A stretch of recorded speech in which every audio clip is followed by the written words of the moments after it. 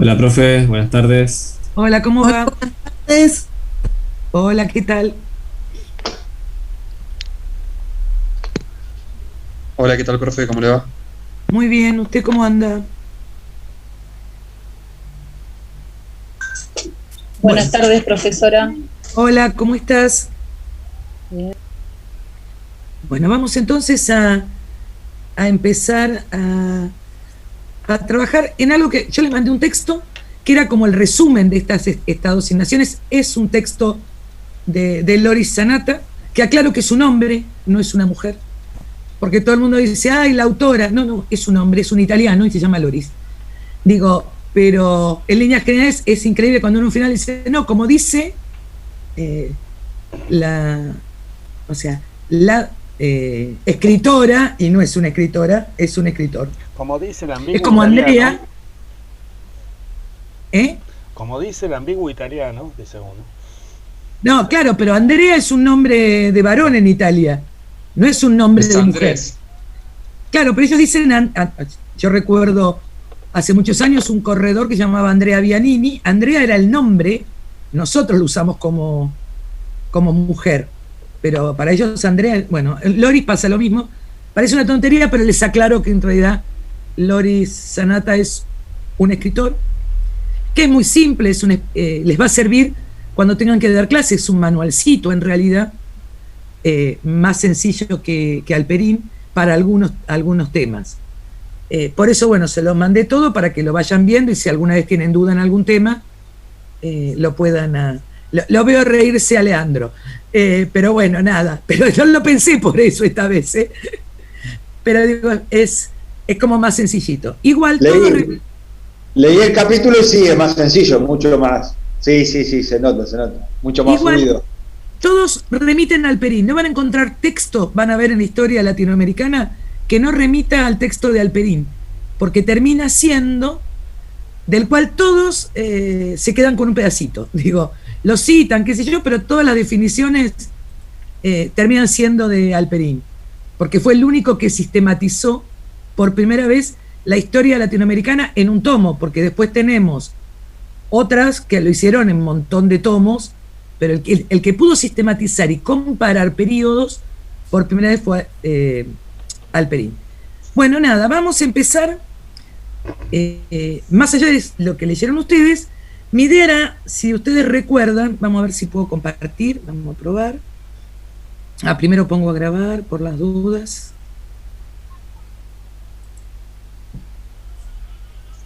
Esta reunión está siendo grabada. Bueno. ¡Ay, caramba! Ahora habla.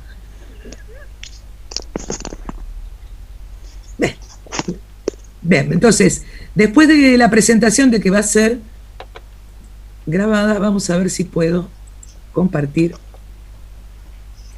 la pantalla. Está siendo grabada para una mejor atención. ¿Sí? Me faltó decir. Y ya que le pago por mes, lo menos que puede hacer, ¿no? Agradecerme la señorita. Hago entrar a 2 personas más. Bien. Lo que voy a plantear acá es parte de o sea, en la clase anterior habíamos visto un panorama general y ustedes después siguieron con su texto. La idea es que yo voy a retomar en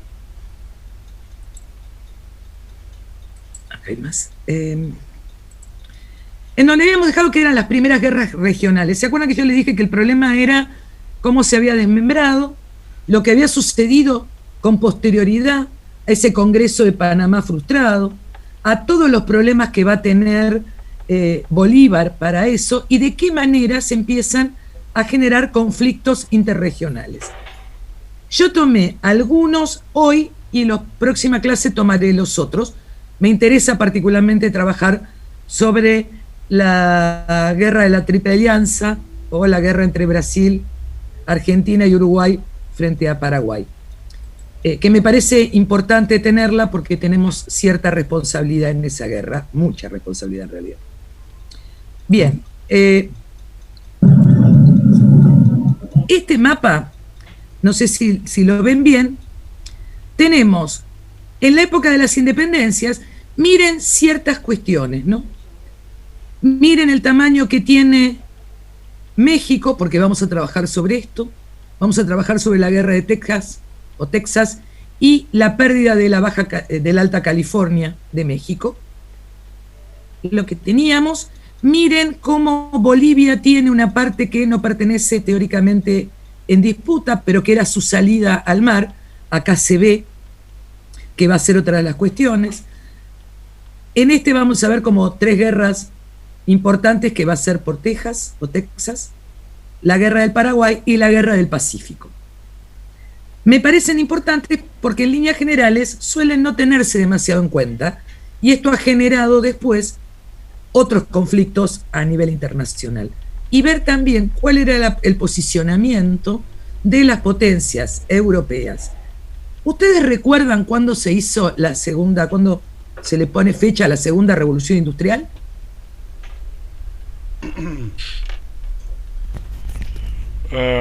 ¿No es a partir del 30 más o menos? En realidad, la primera era de 1750, más o menos. La segunda es de 1850. O sea, que en el periodo que estamos trabajando ya había una revolución industrial.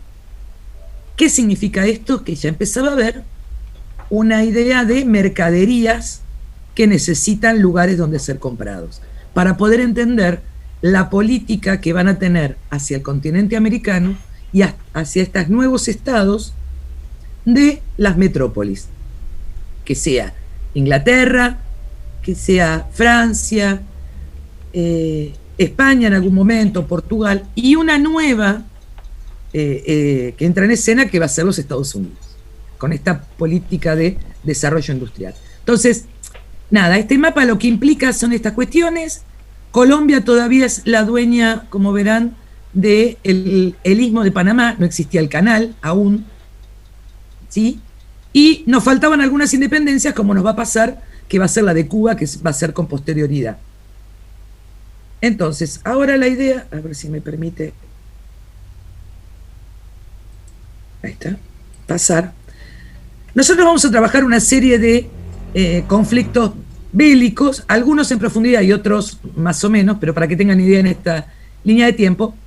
Vamos a trabajar sobre la guerra mexicano-estadounidense por Texas, del 46 al 48. Esta guerra federal de Venezuela la vamos a dejar de lado, en realidad tiene que ver con la separación de Venezuela, cuando la Gran Colombia se separa, pero por cuestiones internas. Vamos a ver la primera guerra de Pacífico entre España, Perú, Chile y Ecuador. Vamos a ver la guerra de Triple Alianza, pero hoy, en la que no puse acá, pero me pareció importante, es la guerra de secesión de los Estados Unidos. Por lo tanto, nosotros quedaríamos en la guerra de secesión, en realidad estaríamos terminando en los 60, y la próxima clase vamos a trabajar con esta guerra de Triple Alianza y la del Pacífico, o la de Salitre, que me parecen sumamente importantes. Entonces, primero vamos a ver esta guerra de México contra Estados Unidos. Y en líneas generales, yo después les paso el PowerPoint porque no les voy a dar texto de esto, para que lo tengan. Solo quiero hacer un recuento, ¿no? Donde Estados Unidos, después de su independencia, había empezado a hacer una serie de negociaciones para avanzar en su territorio. Había comprado a los franceses la Luisiana en 1803 y la Florida en 1819 se le había comprado a España. Cuando México se independiza, Estados Unidos lo que quiere es la provincia de Texas. Y hasta allí fue enviado, en realidad, este señor Poinsett, que iba a ver los límites y pensaba comprarla. Por supuesto que México decide no venderla. Estamos hablando del 25.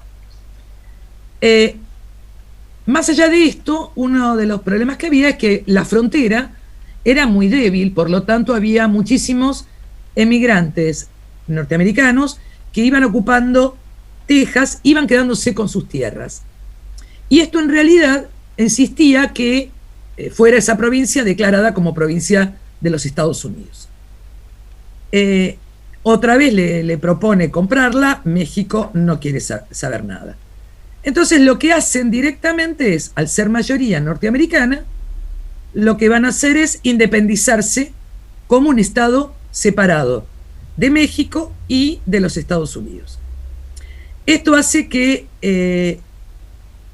el que la va, en realidad, en una de las se independiza, porque el que era de alguna manera jefe militar es capturado, que es Santa Anna. Yo no sé si ustedes recuerdan, lo que voy a contar les va a parecer tonto, pero hace al caso. Si vieron la película o la serie de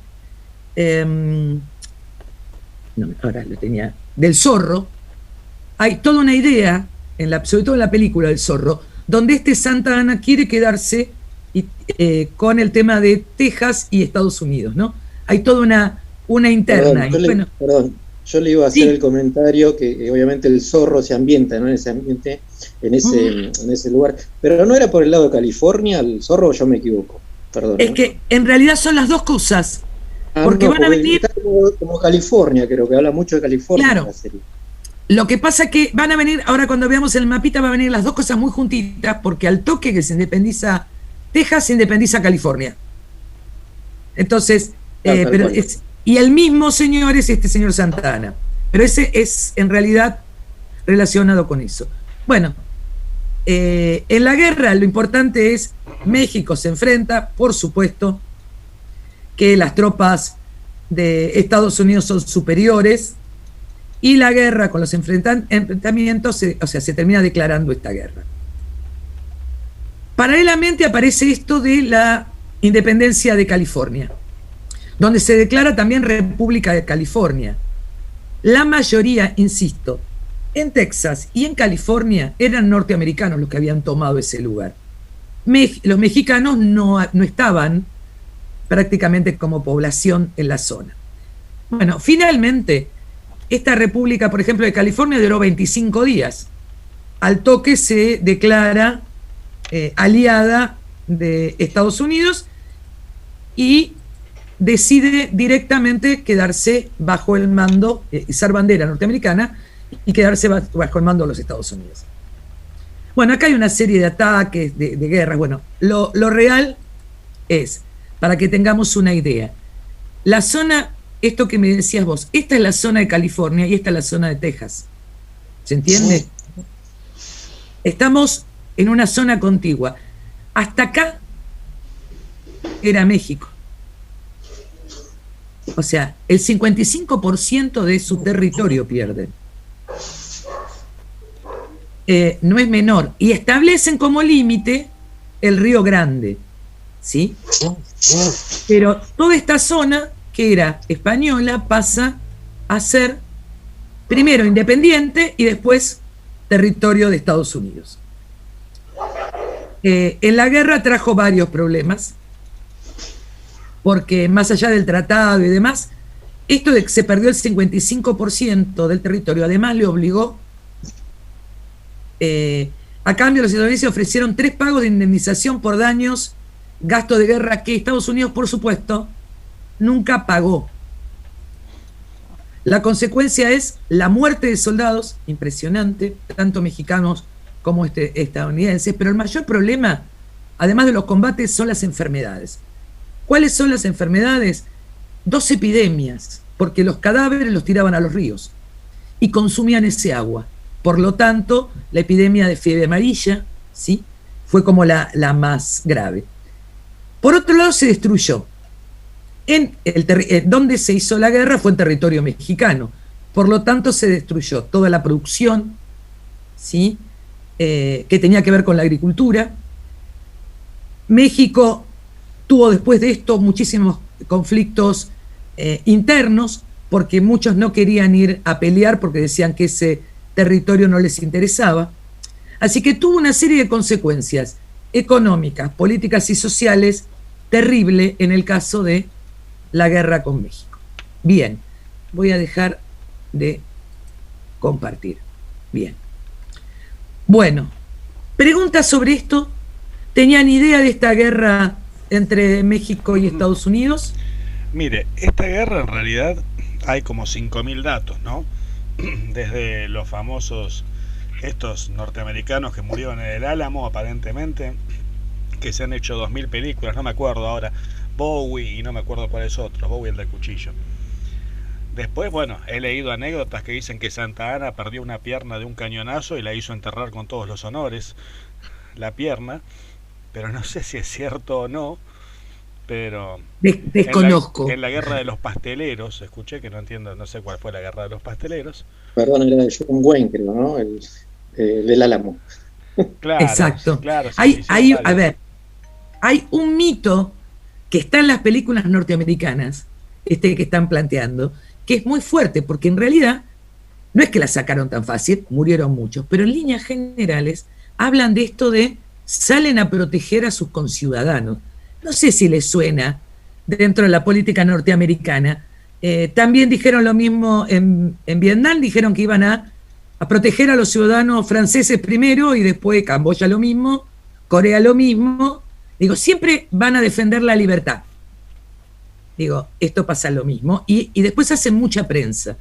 Lo que no se hace mucha prensa en líneas generales es que en realidad lograron fragmentar el territorio mexicano, sacándole una zona de producción importante. ¿Dónde están los mayores pozos petroleros de Estados Unidos? Sí, en Texas. ¿En Texas? En Texas. ¿Sabe qué pasa también? O sea, no, obviamente que si vamos a una cuestión de justicia, uno dice si era mexicano, pero lo cierto del caso es que si vivían 10 norteamericanos y 2 mexicanos, empieza a ser norteamericano, o sea, de alguna manera, porque era una zona de enorme producción, muy productiva, pero que no producía. Los tipos no estaban ahí, estaban en otro lado. O sea, no es por ser defensor, digamos, de una política belicista ni nada, pero lo cierto. No, el único problema que tiene Alexis que con este mismo criterio las Malvinas son inglesas. Es la autodeterminación de los pueblos. Digo, no, es el mismo. Y con ese mismo criterio, Texas y California deberían volver a ser mexicanas, porque hoy la población mexicana ahí debe ser lo supera. Copiosa. Bueno, ahora, y francamente podrían serlo, si me imagino que la gente que hoy en día, de origen hispano, vive en Texas, quisiera volver a México, cosa que se me ocurre que no quieren ni por un segundo, dicho sea de paso, porque me parece que la percepción pasa un poco por ahí. Porque los tipos que vivían norteamericanos en esa zona querían ser norteamericanos y los latinos que hoy viven en esa zona no quieren ser mexicanos ni de chiripa, me parece. El tema es que Estados Unidos había hecho una política de entregar tierras en Texas a todos los que fueran, cuando las tierras no eran de ellos. O sea, le fue entregando territorio, esta campaña después que será hacia el oeste, iba entregando territorio que no era propio. Digo, esto también es una manera de...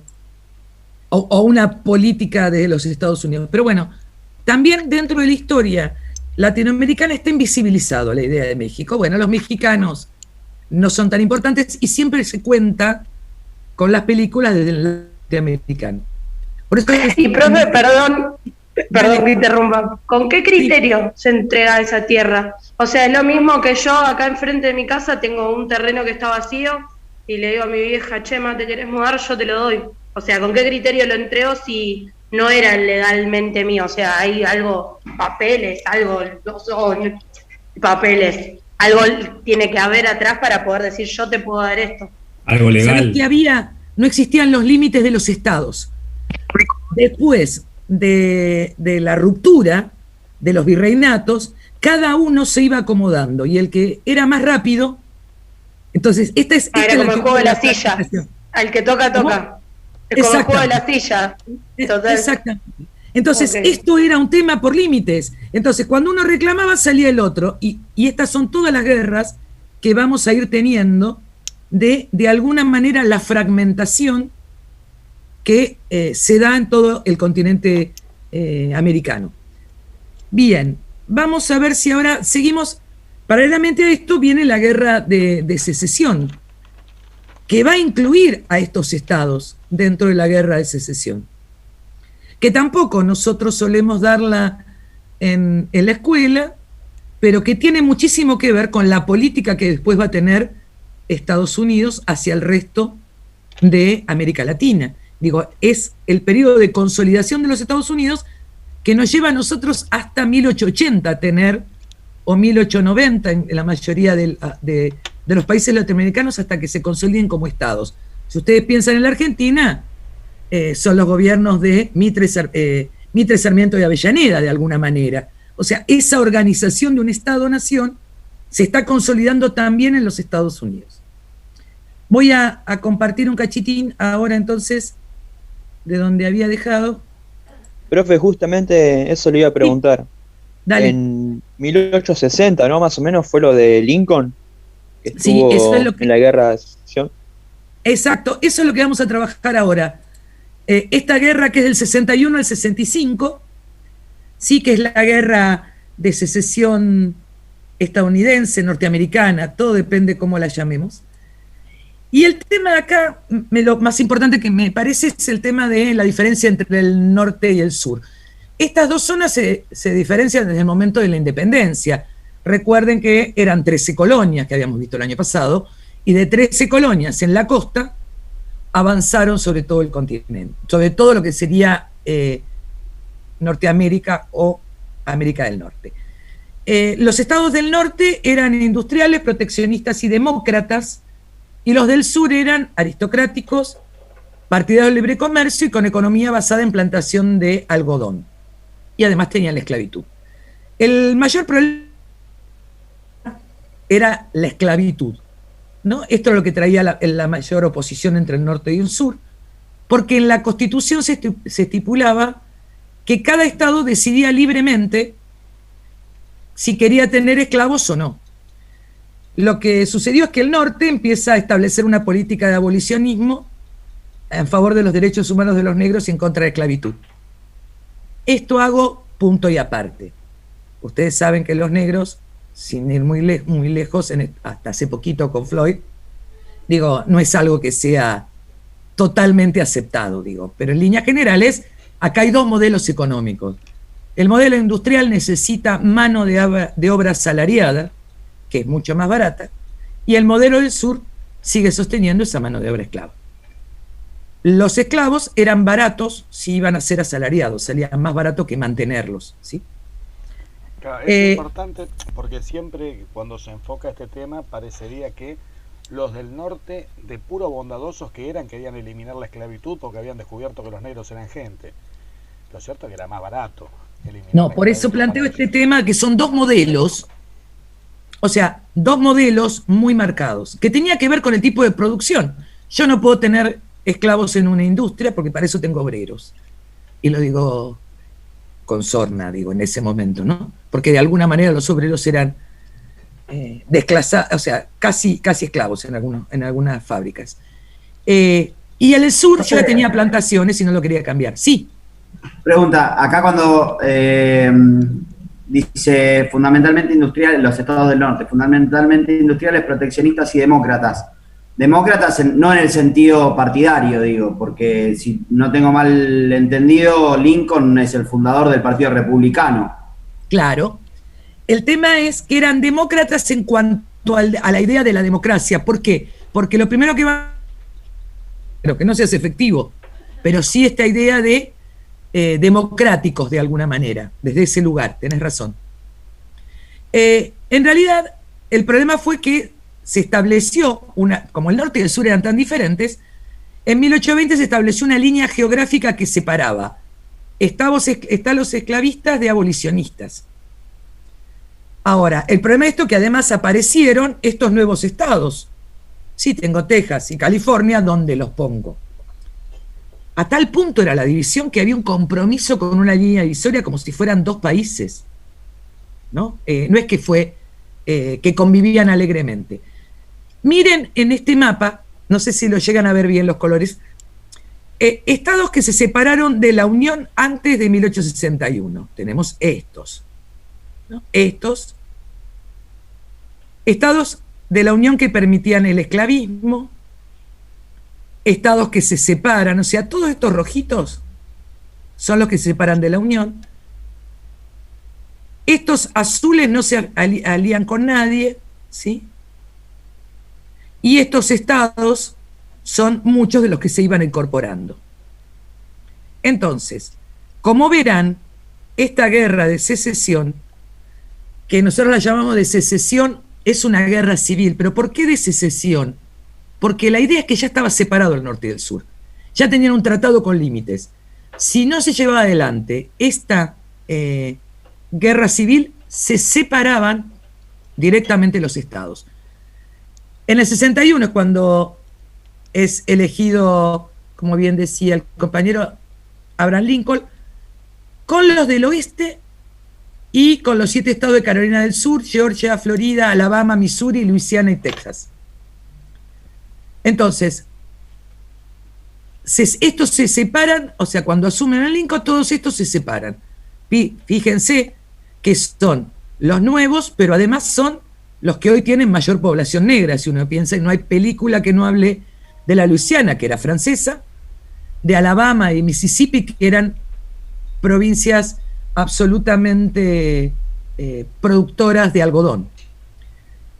Y del otro lado, el presidente que va a ser de la Confederación de Estados de América va a ser Jefferson. Bueno, la población mayor estaba en el norte. Este señor Robert Lee lo habrán leído en muchas películas, ¿sí? Era el mayor comandante de la Confederación. ¿Alguien iba a decir algo? El general Lee, que le decían. El general Lee, que era de los más sanguinarios en realidad.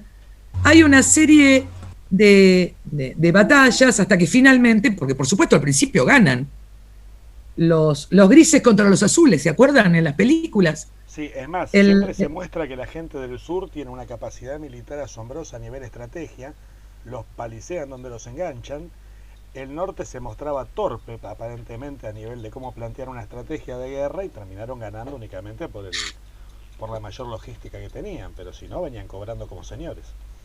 Pero también recuerden que hay un tema: ¿quién tiene mayor cantidad de soldados? El sur. Porque tenía los esclavos, entre otras cosas, que los transformaban en soldados, prometiéndole la libertad. Esto también es un tema. Bueno, más allá de esto, los del norte, el general es General Grant, también, que aparece en casi todas las pelis. Luego de estas batallas es asesinado Lincoln, ¿se acuerdan? Por alguien en una famosa escena en el teatro, que estaba mirando una obra y es asesinado. Pero más allá de esto, el sur vuelve a depender políticamente de Washington y terminan con la esclavitud siendo abolida. Hasta ahí nomás, digo. Lo que es real es que con la guerra civil se evita la secesión, la ruptura de estos dos estados. Los que más ganan aquí son dos grandes compañías, la Union Pacific y la Central Pacific, del ferrocarril, que fue expandiendo y que además tuvo la importancia estratégica para llevar armas durante la guerra de secesión, y que los ferrocarriles dependían obviamente del norte. O sea que también hubo un avance desde ese lugar. Esto es importante, hay 500.000 de muertos, se arrasa prácticamente con el sur. La reconstrucción económica, política, moral, de hecho, esto que yo les decía antes, ¿no? Pese a que se promulgó una legislación en contra de la discriminación, sabemos perfectamente que la integración lleva muchos años tratando de llevarse adelante. Las plantaciones entran en decadencia, sobre todo el algodón, pero ya lo venía perdiendo frente a la India y Egipto, y aparecen en realidad unos propietarios medios que prontamente empiezan a tener nuevas técnicas. Ya para final de este tiempo aparecen hombres de empresa como Rockefeller y Morgan, y a partir de acá, imaginemos que estamos llegando a 1860, 1870, ya teníamos la revolución industrial en Inglaterra y Estados Unidos también va a aceptarla. Y piensen que para 1880 ya tenía 50 millones de habitantes, ¿sí? Muchísimos más de lo que tenía Argentina en el mismo periodo. Y donde empiezan a traer inmigrantes, y los lugares van a ser Nevada, Nebraska, Colorado, zonas a poblar. Bien, salgo, dejo de compartir. Bueno, tengo compañía. Preguntas de acá. Lo que me interesa es que quede claro que Estados Unidos no se separa, ya era la diferencia entre guerra civil y guerra de secesión, ¿sí? La secesión era sostener este tratado de dos países. ¿Cómo se zanja una guerra de secesión con una guerra civil? ¿Qué pasa en Argentina? ¿Cómo se zanja unitarios y federales? Cuando teníamos también el Estado de Buenos Aires y del otro lado, ¿sí?, teníamos a la Confederación, se va a terminar salvando con una guerra civil, el que gana se queda con todo. Entonces, esto también para que lo charlen cuando hablen con los pibes, la diferencia entre una guerra de secesión y una guerra civil. La de secesión es para partir. La guerra civil es entre las mismas personas, pero después de una guerra civil se transforma en realidad, en líneas generales, en un Estado. Esto nos pasó en todos los estados de América Latina, ¿sí? Pasaron por muchos sectores. Fíjense que esta unidad y esta idea de los dos modelos en los Estados Unidos cambió radicalmente el pensamiento a lo que nos pasa en el resto del continente. Argentina va a tener un modelo agroexportador a partir de 1880, cuando en realidad el modelo de los Estados Unidos va a ser un modelo de industrialización y de exportación. ¿Vieron cuando en la historia dicen, no, pero nosotros éramos igual a Estados Unidos? Y en algún momento, no, hay dos concepciones absolutamente diferentes. Vieron que había todo un mito de decir, la Argentina estuvo a punto de ser Estados Unidos. En realidad nosotros no dejamos de ser agroexportadores durante el mismo periodo que ellos estaban industrializando. Acá hubiera ganado el sur, más o menos. Acá ganó el puerto, en realidad, que cuanto menos cosas produzca mejor, porque lo importante es las regalías que me dejan la entrada y salida de productos, pero no industriales, porque sería competir con otro mercado. Preguntas. Yo después les paso esto, digo, lo hice además con muchos textos para que lo tengan para leer, pero me interesaba posicionar también en Historia de América esto para entender por dónde va Estados Unidos. Cuando lleguemos a 1880 y un poco antes, incluso para 1870, la política norteamericana exterior es muy fuerte porque ya había desarrollado comprando territorio, haciendo una guerra contra México y después con la organización de un Estado unificado, ¿no? Y todo el tema, porque acá viene en este periodo, todo el tema de los colonos hacia el oeste, ¿sí?, que se va a dar en el mismo periodo, y la masacre que se hace con los indios, colocándolos en reservaciones. Y no sé si leyeron en estos días la noticia de que aparecieron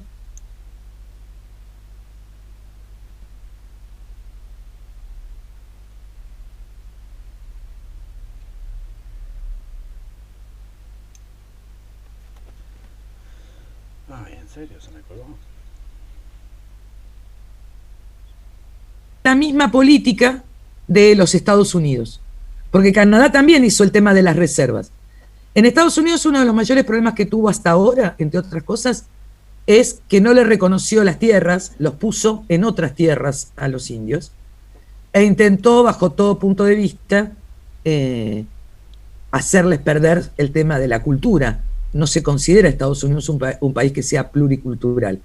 Y cuando decía lo de que Carlos decía bien, que era en Canadá, el tema es que Canadá, una gran parte, también estuvo en guerra con los Estados Unidos, y los indios de un lado y el otro se iban cruzando. Digo, ¿se acuerdan cómo nos pasó a nosotros cuando hablamos de los mapuches con Chile? Digo, hay una zona donde no reconocen límites y sucedía esto, pero es cierto lo que dice Carlos, es en Canadá.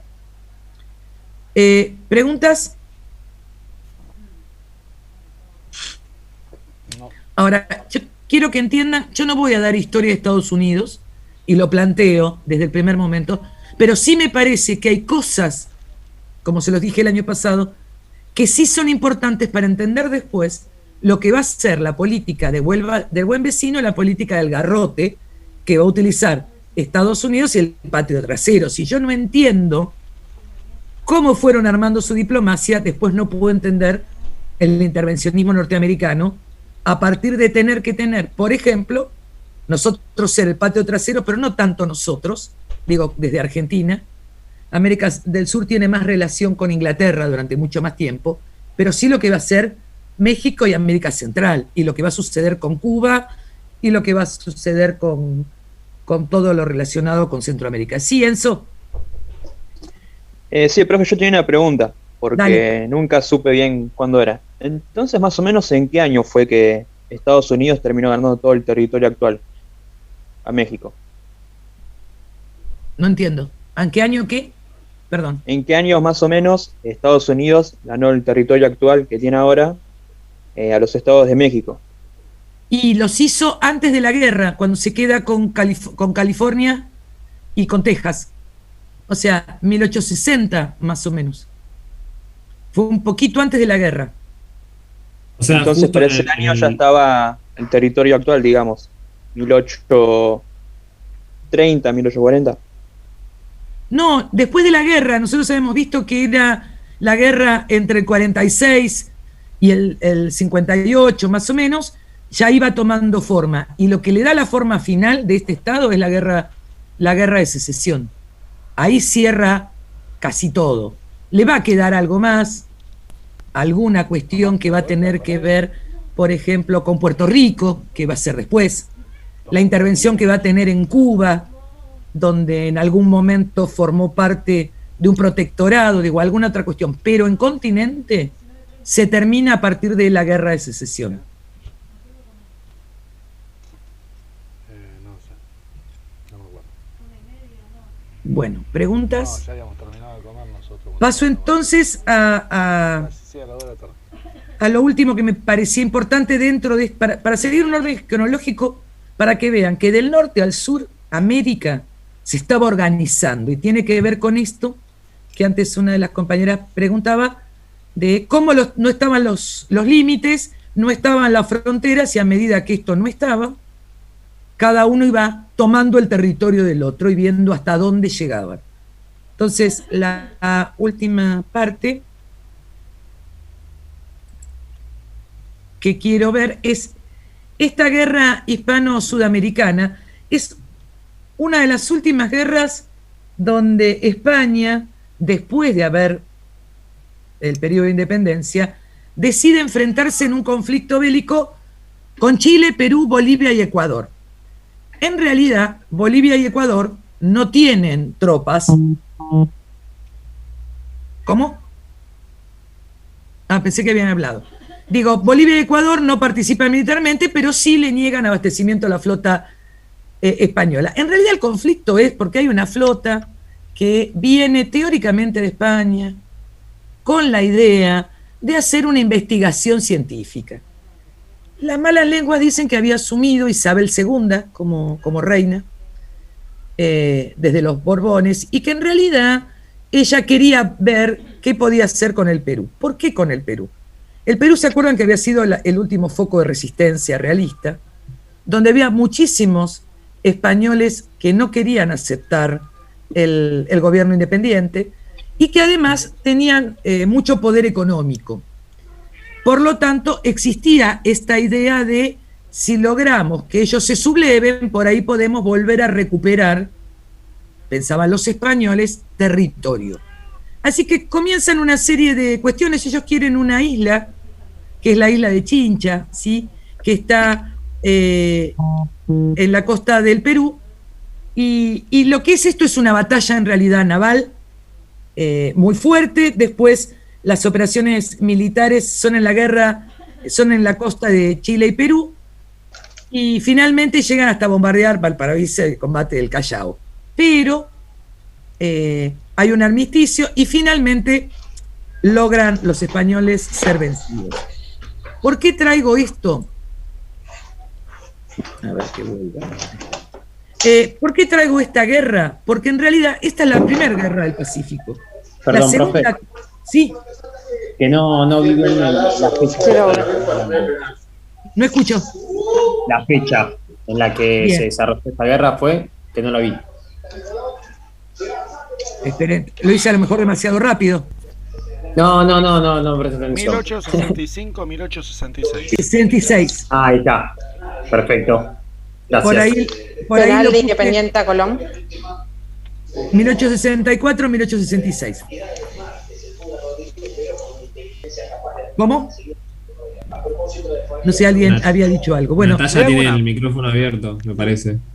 Sí, yo lo desactivé, perdón. No hay problema, no hay problema. ¿Le hago una pregunta en nada. relación a esta guerra? Sí, dale. O sea, se está peleando sobre el Pacífico. ¿Sí? Sí. Sobre el área del Pacífico. ¿De dónde venían los españoles y dónde se abastecían? Porque Este era el venía tema. más del otro lado, pero de ese. El tema es que venían en una investigación científica, por lo tanto, ¿sí?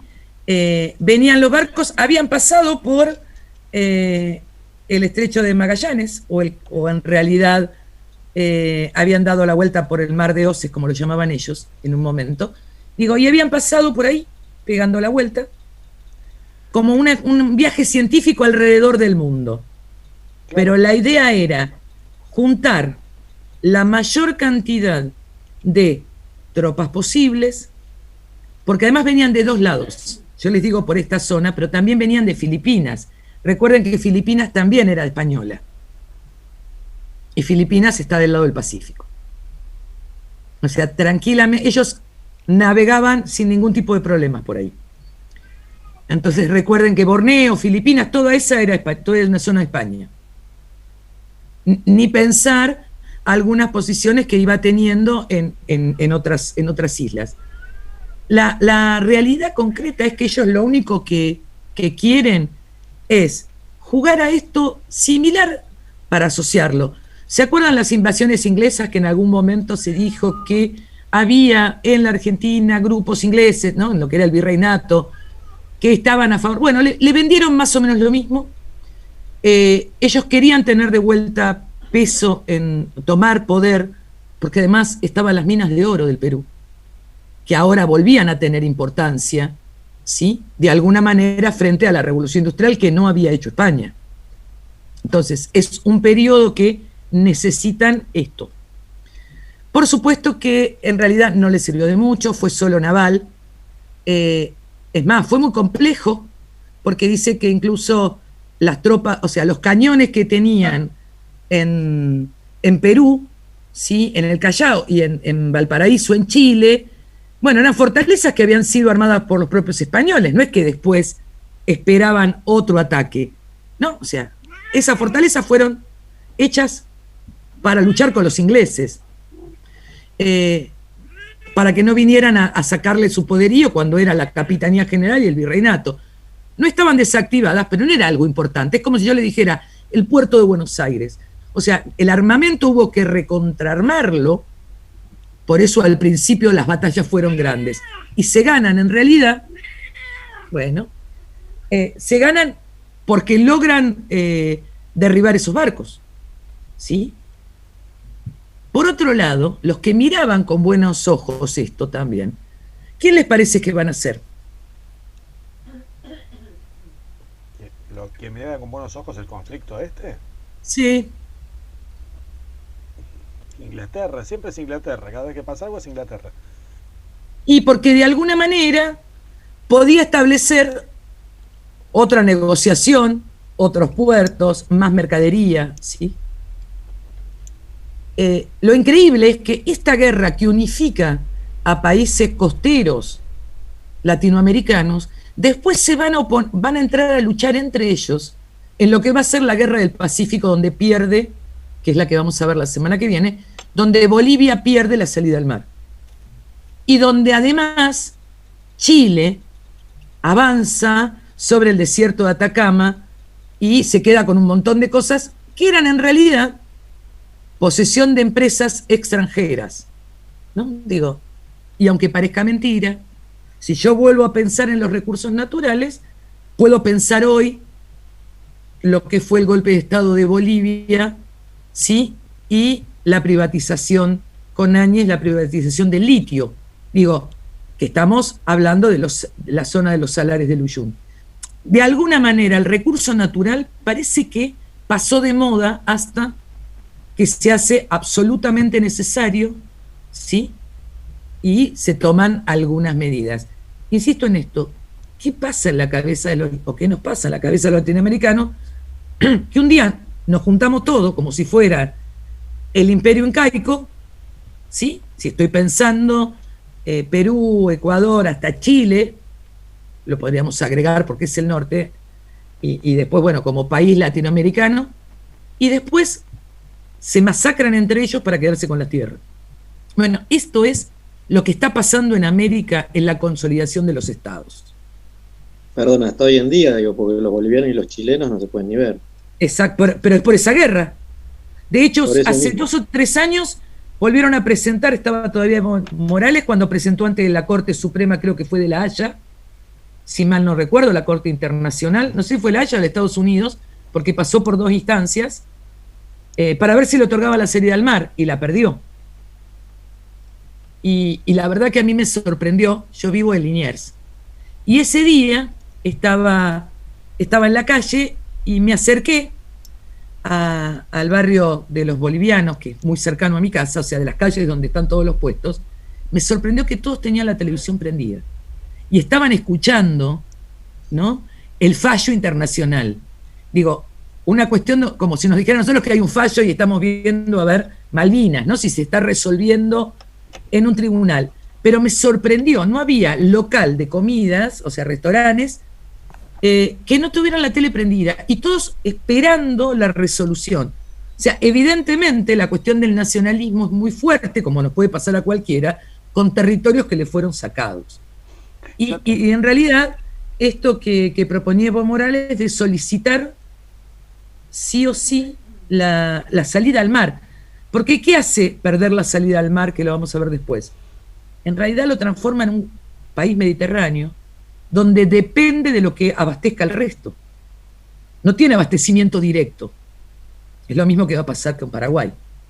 Que a Paraguay... Profe, perdón, ¿y a quién es el que le pide para la salida al mar? O sea, ¿es algún país en especial? Le pide que le devuelvan... ¿Quién? ¿De dónde? Le pide que le devuelva a Chile las tierras que le sacaron durante la guerra.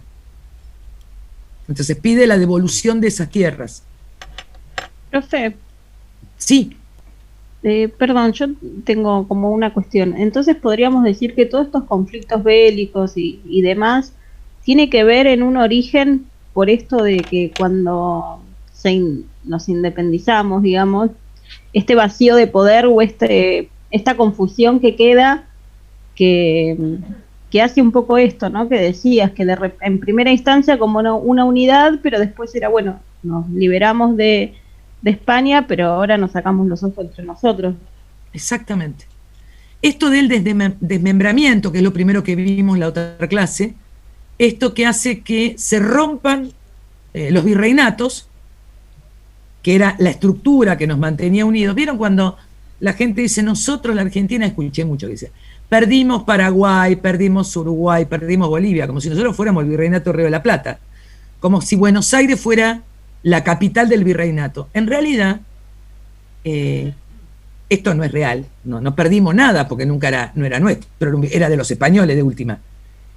Pero se genera todo esto por una cuestión de las rupturas que se dan dentro de cada uno de los virreinatos o de las capitanías, porque en realidad la unidad me la daba el poder externo.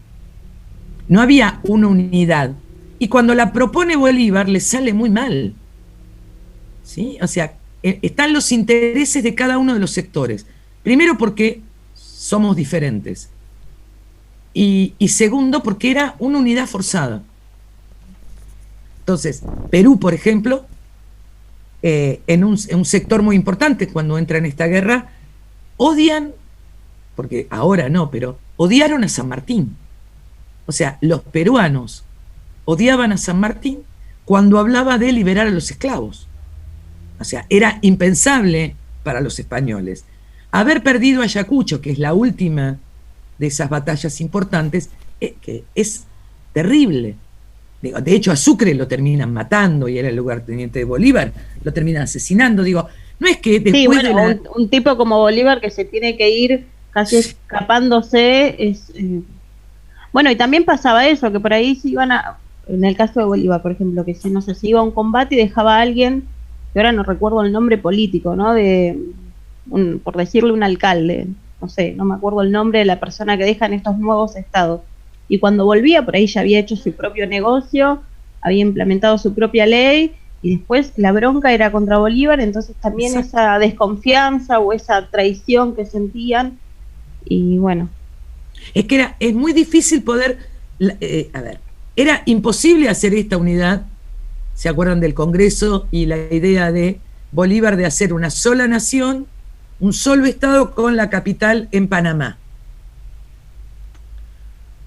Imposible, porque era imposible gobernarse, o sea, tenía que haber hecho una estructura de virreinato, no sé, intendencia, provincias, algo bastante particular para sostenerlo, porque después necesito un andamiaje burocrático para sostener un Estado. No me queda otra, si no, no lo puedo sostener. Bueno, esto es lo que no pudieron hacer. Tampoco era muy lógico. No, pero además... Es que aparte estaban tan partidos, tenían intereses tan opuestos, que de milagro la Argentina no es solamente Buenos Aires. O sea, de milagro llegamos hasta el norte, porque si no seguramente terminaría en la General Paz la Argentina. Y sí, pero ¿por qué? Porque bueno, el puerto se da cuenta que necesita alimentos. O sea, y que necesita a la pampa húmeda y que necesita tener... Si Buenos Aires se hubiera abastecido sola, no lo hubiera... No sé si lo hubiera pensado, digo, es muy difícil. Bueno, de hecho el poder de Buenos Aires también era tal que incluso la independencia paraguaya se plantea como una independencia de Buenos Aires más que de los españoles. Doble independencia es Buenos Aires. O sea, Paraguay tiene doble independencia. Sí. Se independiza del Virreinato del Río de la Plata y se independiza de Buenos Aires, que ese grave problema cuando va a Castelli a tratar de negociar y después va a Belgrano. No hay manera, nos independizamos de los dos. Digo, porque los dos, porque además, ¿por qué era un problema? Porque controlaba el puerto y no dejaba entrar las mercaderías, sí, por los ríos internos. Nada, ¿por qué por ahí hacer esto de las guerras? No es que yo vaya a tomar las guerras, no pasa por ahí. Pasa por entender lo complejo que va a ser, ¿sí?, el siglo XX, cuando llegamos a la unidad. No es que de golpe hacemos la modernización de los estados. Previamente a esto, es muy importante este tema de la destrucción del modelo de la independencia. Vieron que en líneas generales uno pasa de la independencia a la modernización de los estados. Hay como una nube en el medio que es en realidad las guerras civiles, la matanza de los caudillos, que son los que en realidad luchaban por esos territorios, donde parece que todo fue acordado y que todos los sectores salieron ganando. La crisis social fue terrible, siguieron estando dominados después en esos mismos estados. Vamos a ver cómo en México, en Centroamérica, los indios son prácticamente colocados al nivel de esclavos. Digo prácticamente porque les sacan las tierras, ¿sí?, y los hacen trabajar por la comida, ¿no? Ni siquiera por otra cosa, ni siquiera tienen casa. Digo, de última, el esclavo tenía una barraca donde vivía en una casa. Acá ni siquiera eso, le sacan todas las tierras porque México considera que son tierras baldías. Si no tienen producción, tierra baldía. Las tierras de la iglesia, las tierras de los indígenas. Es más, en el medio de esto, llegamos a llegar a tener un emperador en México, ¿sí?, un emperador austríaco, un Habsburgo. Maximiliano. ¿No? Maximiliano. Con ese nombre, ¿qué pretende? Claro. Maximiliano de Austria, que no tenía ni la más menor idea dónde quedaba y que de última alguien dijo que traigamos a alguien. Que no le salió bien, pero después hubo un dictador como Iturbide, digo, hubo una serie de cuestiones, ¿sí?, que fueron complicadas. De hecho, cuando vamos a ver México, en realidad nosotros vamos a comenzar lo que sería el programa de este año con la Revolución Mexicana de 1917.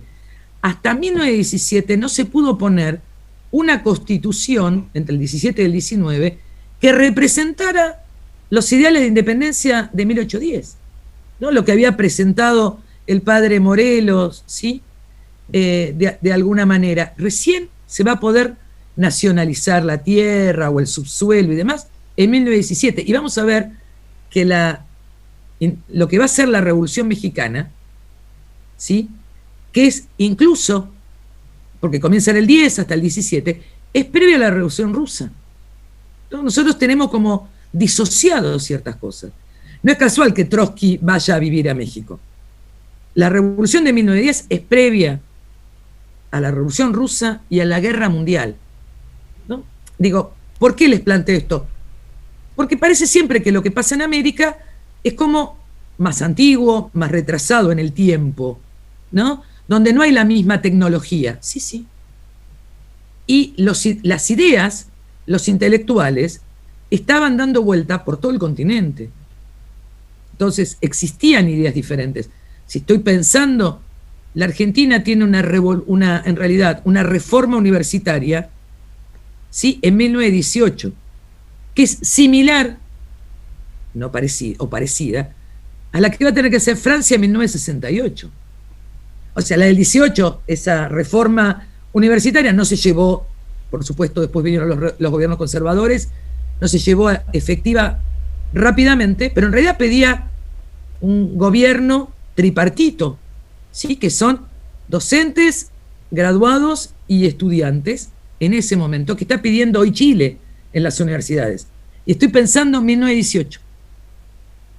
¿Se entiende esto? Nosotros tenemos como una idea de que todo aparece afuera, ¿no?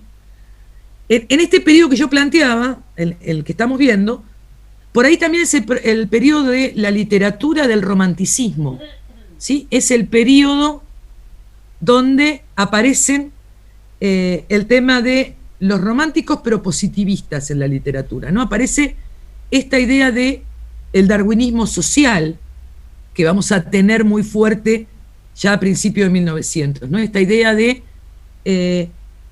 solo van a sobrevivir los mejores. Digo, todas estas ideas van a ser el basamento después de la conformación de los estados a partir de 1880, 1890, 1900, ¿sí? Digo, para que tengamos en cuenta. Por otro lado, en Francia ya había habido revoluciones como la de 1830, la Comuna de París, el 1848. ¿Se entiende en qué periodo estamos? O sea, nosotros estamos discutiendo las fronteras, pero también ideológicamente se están discutiendo otras cosas en América. No es solamente la tierra, ¿no? Es qué modelo de país, con quién voy a establecer relaciones con los puertos, lo que se va a llamar, según Alperín después, la nueva división del mundo entre los países productores de materia prima, ¿no? El nuevo imperialismo o el nuevo reparto del mundo, ¿no? América Latina siendo agroexportadora de todo y comprando materias primas. Perdón, ¿y la influencia del positivismo también, ya para esa época? Sí, es el mismo, los científicos, que así incluso se van a llamar en México, forman parte del positivismo, ¿sí? Esta idea que la razón, ¿sí?, está sobre algunas de las cuestiones religiosas, ¿sí?, sobre algunos paradigmas, pero además esta idea de que esto es un problema también para América, tenemos que romper con la estructura española, ¿no? Entonces aparece toda esta cuestión de los liberales, ¿sí?, muy parados en paradigmas ingleses, ¿sí? O sea, ya existía toda la cuestión de que habían visto ustedes ya desde la Revolución Francesa, que era Rousseau, Montesquieu, digo, todas estas ideas de división de poder las van haciendo efectivas en cada uno de sus lugares, ¿sí? O sea, la idea de estas primeras clases es poder hacer, a ver, casi parece un rejunte, pero la idea es poder poner en visión todo lo que está sucediendo, ¿sí? Por eso les digo, ¿ustedes ya vieron la segunda revolución industrial en mundial? Y el año pasado, más o menos, sí, la vimos para final de año. Después de haber recorrido desde el siglo V, ¿no? Pegamos. ¿Pero llegaron a la segunda? ¿A 1850? ¿Llegaron? Sí, sí. Ah, Sí, bien. Sí, con el ferrocarril y todo eso. Perfecto. Bueno, esto es fundamental en América. O sea, ¿dónde voy a poner los ferrocarriles? Los ingleses nos traen los ferrocarriles a América. Digo, forma parte de esta revolución industrial. Perdón, y el petróleo también, ¿no? Porque ya se empieza a trabajar el petróleo en todas sus formas. Por eso es Texas, lo que decías antes, toda la zona petrolera que se disputaba. Y la disputa que va a haber en México después, ¿sí? Cuando en 1910 vaya a sacarle a la Texaco el petróleo y a las empresas norteamericanas y nacionalice el suelo, ¿no? En ninguna constitución estaba la nacionalización del suelo. Por supuesto que después tuvo otro tipo de gobierno México y todo esto lo fue perdiendo, ¿no? El que vuelve a retomarlo va a ser Chapultepec Cárdenas, pero ya vamos a estar en lo que vamos a llamar los primeros populismos, sí, que es a partir de 1930 o 35, y vamos a tener en México Cárdenas y en Brasil vamos a tener a Vargas, ¿no? O sea, previo a lo que pueden ser otros movimientos, ¿no? Esta idea de nacionalismos que se van a enfrentar o van a estar en el periodo entre guerras, entre la primera y la segunda, ¿no? Entonces, empezar a romper con algunas lógicas de lo que va a ser sostener las ambiciones de Estados Unidos y de Inglaterra. Bien, ¿preguntas? No, a esta disgregación que va pasando en todas las partes de América, Sanata, como excepción, toma a Brasil, obviamente, porque hay otra lógica ahí, pero también a Chile. ¿Por qué Chile, el caso chileno es distinto y no hay esta pelea o estas disputas entre, no sé, como fue acá Buenos Aires y el resto de las provincias, o como pasa también en México? ¿Qué es lo que pasa en Chile que no hay esa disgregación o esa ruptura? En principio, porque Chile tiene una cuestión, es todas sus regiones dan al mar. O sea, todas tienen puerto. Todas pueden exportar directamente. Todas pueden desarrollarse de determinada manera. Y la población además está concentrada del centro hacia el norte. En la zona sur tiene mucho menos, pero además tiene esta ventaja. No tengo que pedirle permiso, porque las discusiones primero son cómo exporto, cómo tengo relaciones con otro. En realidad, Chile tiene esta idea geográfica, de alguna manera. Y no tiene la diferencia, porque también puedo tener otros problemas. Por ejemplo, la disgregación que tengo en Venezuela, en Colombia, muy fuerte es la diferencia entre la costa y la montaña. Tengo como sectores que se dedican al cultivo de un lado y del otro que son exportadores, ¿no? Más allá de que no sean tan grandes como la Argentina y la expansión, ¿no?, de pensar que el puerto de Buenos Aires. Pero estas cuestiones costeras le permite a Chile ser así como diferente. No sé si te respondo, Leandro. Bien. ¿Alguna cosa del texto de Sanata que les haya hecho ruido, además de esta? Yo tengo una consulta, profe, pero no sé si es un problema mío de comprensión de lectura, pero no me queda claro cuando habla de los conservadores,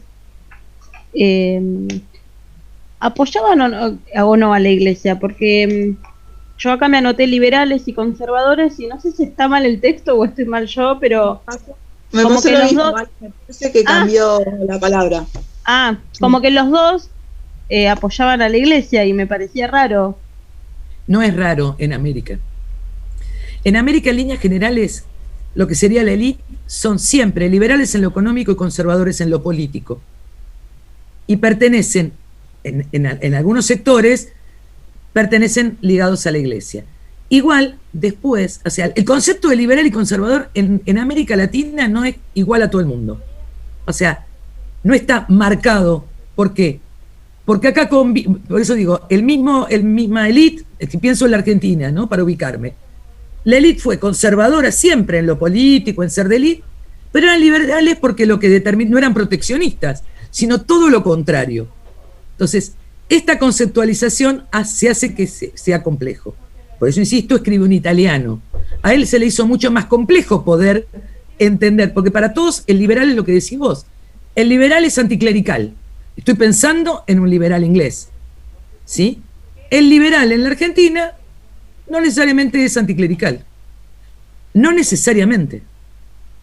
De hecho, muchos liberales en la Argentina al día de hoy tienen relaciones directas con las iglesias evangélicas, además de la iglesia. Profe, ¿y es católica. solamente en Argentina o en el resto de Latinoamérica también? Se da en casi toda América Latina. ¿Por qué? Porque la estructura de las élites está muy pegada a la estructura primera de la iglesia, ¿no? Digo, a esta cuestión de la religiosidad que trajo la conquista. Entonces está muy pegada a eso. Ahora, después, cuando hay que sacarle tierras, no hay ningún problema, ¿no? Ahí dejan de serlo. Qué sé yo, estoy pensando. Rivadavia, en la Argentina, ¿qué es? ¿Liberal o conservador? Es liberal, claramente liberal. Bien. Lo primero que hace, ¿qué es? Es liberal, ¿sí? Lo primero que hace es sacarle la tierra a la iglesia.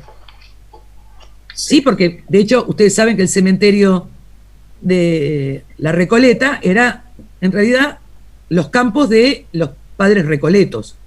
O sea, está la iglesia y todo lo que es el cementerio eran los cultivos, o sea, tenían árboles y demás. Lo primero que hace Rivadavia es le expropia y le pone un cementerio. Digo, hoy no es un paseo lindo, pero en realidad perdón, es un cementerio. Sí. Pero mi duda era si por ahí estaba mal redactado, yo lo estaba comprendiendo mal porque, por ejemplo, en una parte dice, no obstante, bueno, fueron muchas las diferencias entre los liberales y los conservadores, pero la más importante fue el papel que cada uno le daba a la Iglesia Católica. Entonces Bien. ahí te da a entender que tenías miradas distintas. Y después, por ejemplo, te dice que, bueno, que los conservadores apoyaban un orden antiguo, ¿no? Como que pretendían en cierta manera que lo político se mantenga desde ese punto, pero que después tuvieron que transar, digamos, con el liberalismo, digamos, en qué es lo que económico. yo entendí, ¿no? En lo económico. Entonces, no me queda claro, entiendo lo que vos me decís, pero no sé si, refiriéndome exactamente al texto, no sé si está mal expresado o quizás, no sé. Después lo vuelvo... después vuelvo a fijarme. Porque dice que lo más importante es la diferencia entre ellos, era la connotación que cada uno le daba a la Iglesia Católica. Y después, 5 renglones después, te dice que bueno, que los dos lo apoyaban. Entonces no me quedaba claro. Porque el problema es esta concepción de que en líneas generales son conservadores en lo político y liberales en lo económico. ¿Por qué? ¿Cómo ser conservador? O sea, si es conservador y de exportación, ¿de qué vivía América durante la conquista? Estos sectores más conservadores, ¿dónde hicieron su dinero? Exportando, ¿no? De alguna manera sacando toda la producción. Entonces, ¿cómo soy conservador si no soy proteccionista? Acá por eso digo, hay un problema de términos. Igual, después me voy a fijar en el texto cómo dice la frase en relación a qué, porque puede ser que la traducción no sea la real, pero lo que sí es importante tener en cuenta que acá hay una categoría en América diferente al resto, donde somos conservadores en lo político y liberales en lo económico. Cualquier liberal hoy en la Argentina es conservador en lo político. Digo, hasta el más liberal, si pudiera poner voto calificado, lo haría. Digo, estoy pensando desde ese lugar. Si pudiera evitar que algunos no voten, lo lograría. Y un liberal no pensaría nunca eso, porque sería la extensión del voto. ¿Se entiende esto? En la Argentina es muy particular y en América Latina también lo es. ¿No? Claro, profe, quizás el texto habla desde un momento en el liberalismo inglés, como dice usted, y después en esos 5 párrafos que dice Vale, desde el liberalismo en América. En América, claro, por ahí está así, pero digo, también es muy difícil para muchos haber entendido esta estructura. A ver, los gobiernos en lo económico todos fueron liberales en América, en líneas generales. Sí intentaron, durante todo este periodo, y todos los primeros consolidación de estados eran agroexportadores, ¿no? Un gran modelo. Pero por otro lado, si hubieran tenido un príncipe, lo hubieran adorado, o hubieran tenido duques o condes, o copiaban todo lo que tenía que ver con la monarquía. Se entiende, muy complejo, porque esa élite que se va generando se va generando a la sombra del lugar que ocupaban durante el virreinato, donde esos criollos no podían ocupar el lugar que ocupaban en realidad los españoles. A tal punto es que en la guerra... Sí, Romina. Bueno, no, le quería comentar, profe, que en una parte, cuando habla sobre la creación de la Constitución, que cada territorio tuvo que sostener su poder con algo que lo legitime, y entonces crearon esa Constitución, también habla sobre los conservadores y los liberales que también necesitaron eso, y que los conservadores se hicieron liberales en ese sentido también. Claro, es como categoría, América Latina tiene categorías que no condicen con otros lados, entre otras cosas por esto, ¿no? Por cuál es el origen de cada uno de estas élites. Si uno habla de, nos va a pasar cuando hablemos de la categoría de populismo. Populismo también es una categoría latinoamericana. ¿Sí? Porque hay rasgos que son, en algunos populismos hay rasgos que son conservadores y otros rasgos que son liberales. Digo, no son todos iguales, ¿no? No hay, a ver, son populismos, pero en pocos lugares hay expropiación de tierras, por ejemplo, y reformas agrarias. Y teóricamente los populismos estarían más cercanos a una reforma agraria, y no siempre.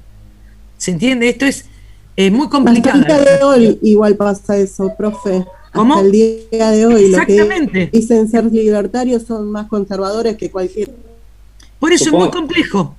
Pero tiene que ver con estas cuestiones de origen. Sí, Ayala, Tomás. Perdón por interrumpirla. No, supongo que el autor, al tratar de generalizar toda América Latina y hacer un pasaje general, tal vez usa términos que no tienen en cuenta bien las particularidades regionales de cada lugar. Entonces esos términos que engloban terminan siendo insuficientes para explicar las características propias de cada lugar. Entonces tal vez por eso entran en confusión. Es más, y no voy a venderlo, pero Alperín esto lo va determinando país por país. O sea, él va diciendo, en tal país, estos son los liberales, estos son los conservadores, digo. De alguna manera, igual en algún momento, algún capítulo vamos a ver, empieza a determinar eso, ¿no? Porque dice, explica todo esto de las categorías. ¿Por qué? Porque es un latinoamericano escribiendo sobre Latinoamérica, que no es lo mismo, ¿sí?, que un italiano o que un inglés. Hay muchísimos que escriben sobre Latinoamérica, pero les cuesta mucho las categorías.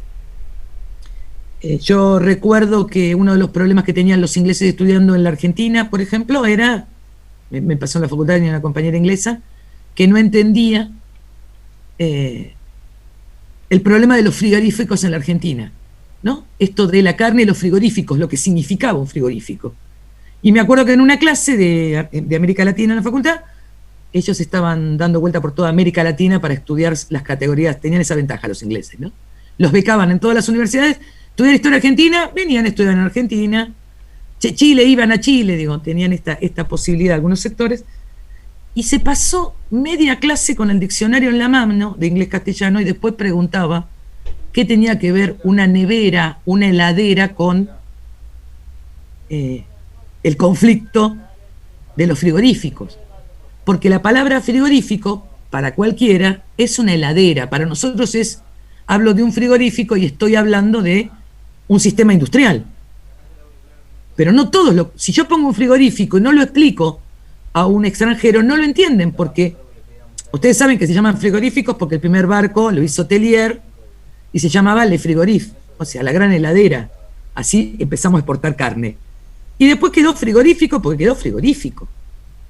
Pero para el resto no tiene la misma connotación. Hay palabras que terminan siendo institucionalizadas para los que estamos en determinados países y para otros no. O sea, hoy el frigorífico es una industria.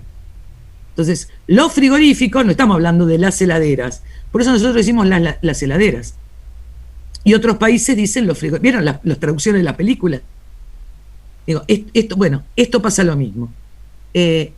A los italianos le puede costar, a los ingleses también. Por eso insisto, Alperín hay alguna de estas cosas, categorías que las corre en función a cada uno de los países. Pero está bien, Valeria, no es que lo entendés mal. es mucho más complejo de lo que dice el texto. No, igual ahora que me explicás como más que un concepto de término, entiendo que es como un concepto más cultural. Igual voy a decir algo personal. Por ser italiano no sabía, me parece que lo habla muy bien, después el tema del caudillismo y demás, y Halperin es un genio, pero no se puede leer. Bueno. No se le entiende nada. Es cuestión de desmembrarlo, ¿se entiende? Ustedes no me lo quieren, Halperin. Bien. Bienvenida al club, vale. No, a mí lo que me parece que Sanata lo que quiere decir con el liberalismo y con lo conservador es cierta cosa que viene de Europa que está rompiendo con la Iglesia. Entonces acá como que se quiere copiar. A mí enseguida se me viene a la mente la ley 1420. Los liberales acá romper con la Iglesia, no sé si le interesaba tanto, le interesaba vender y el libre mercado. Y por afuera, ya Europa ya estaba rompiendo con la Iglesia y quedábamos mal. Decimos, no, acá hay algo que tenemos que cambiar. Los conservadores querían mantenerlo y los otros querían este nuevo negociado que se estaba generando. Entonces, me parece que ahí es medio rosca política ahí. Pero bueno, todo de más hecho, o menos. la Constitución tenía hasta 1990, el presidente tenía que ser de religión católica. Y la Constitución podían haberla cambiado, ¿o no?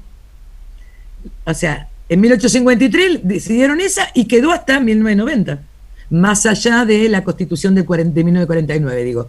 Pero después, todo lo que siguió hasta el 90, el presidente tenía que ser católico. De hecho, el Estado sustenta a la Iglesia Católica, la sostiene.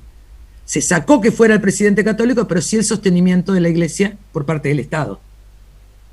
Y no es una constitución conservadora. No es unitaria, teóricamente, es federal.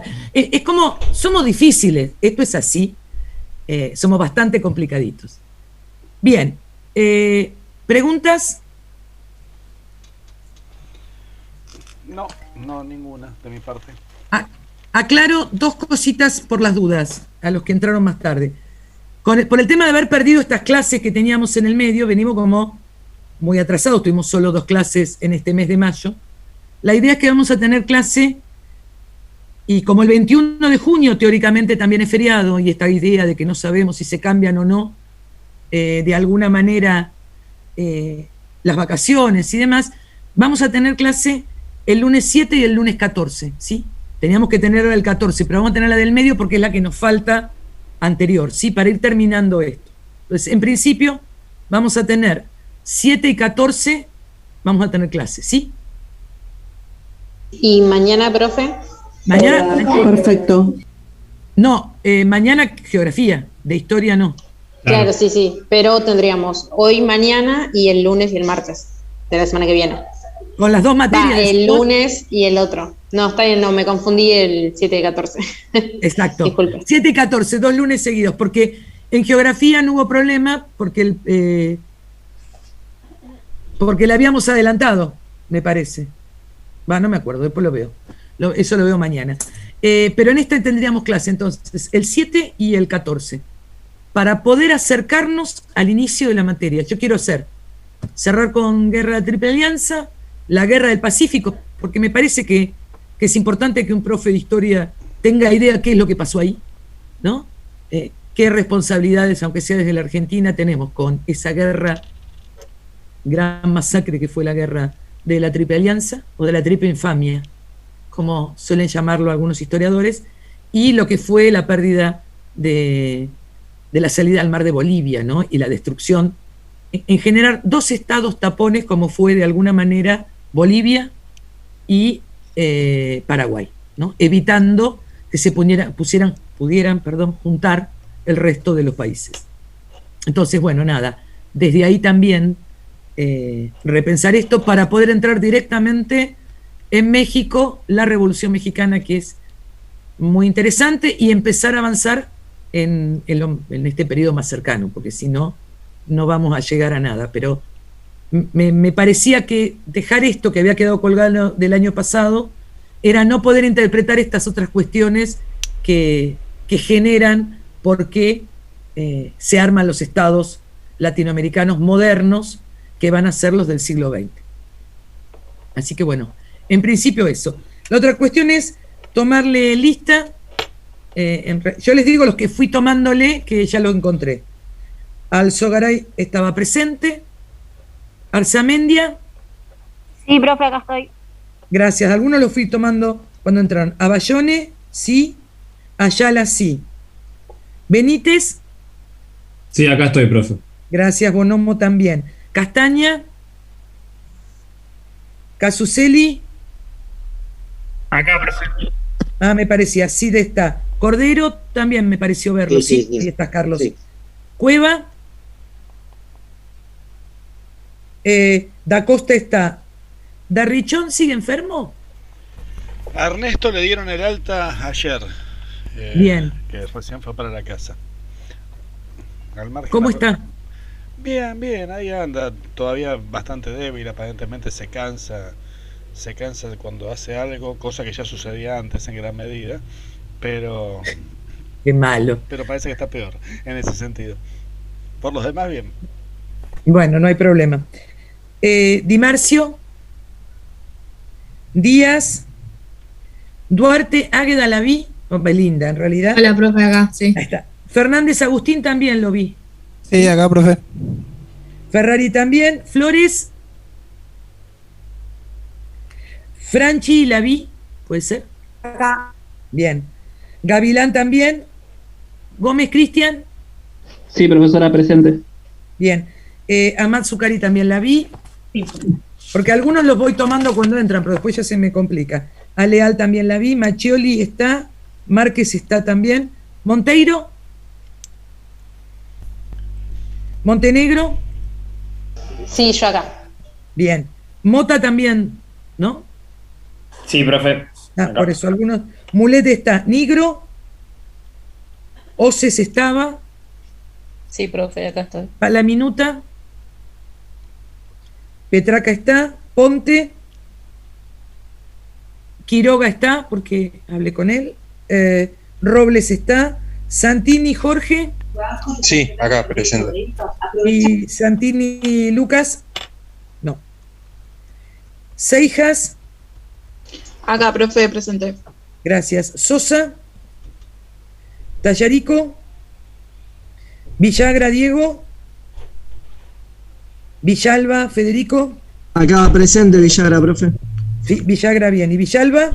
Villalba acá, profe. No está. Bien. Después tengo Argañarás, Batista, Chávez y Espínola, que en realidad son libres. Profesora, Profe, Ponte presente. ¿Cómo? Ponte presente. Ah, gracias, Ponte. Listo. Bueno, creo que nadie más. Ahora sí. Ah, y Villalba está. Bien. Me parecía que lo había visto. Estaban los dos. Bien. Gracias, Federico. Bueno, entonces nos estaríamos viendo para trabajar con estos segunda parte de las guerras el día 7, ¿sí? Nos vemos entonces el lunes que viene a seguir cuidándose y yo les voy a subir los dos PowerPoint y el programa para que lo tengan, ¿sí? Que por supuesto esta primera unidad no está en el programa porque la puse por afuera para poder avanzar en lo que faltaba, ¿sí? Perfecto, profe. Bueno, cuídense, nos estamos viendo en una próxima. Profe, una consulta. La grabación se ha detenido. Sí, ¿quién me preguntó? Sí, le quería preguntar.